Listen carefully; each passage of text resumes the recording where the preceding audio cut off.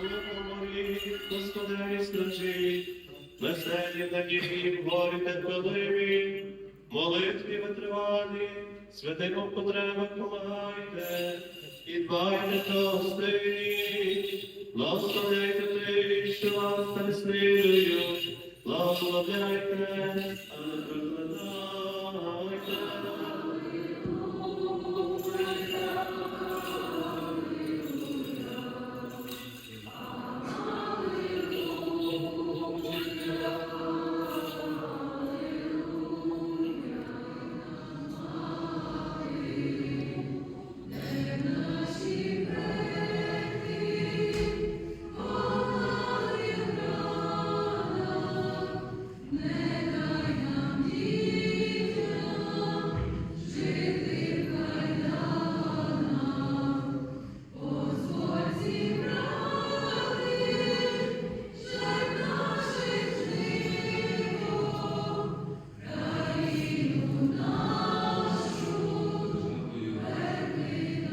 Вона з тих перших, хто дав поштовх для того, щоб Україна стала християнською державою.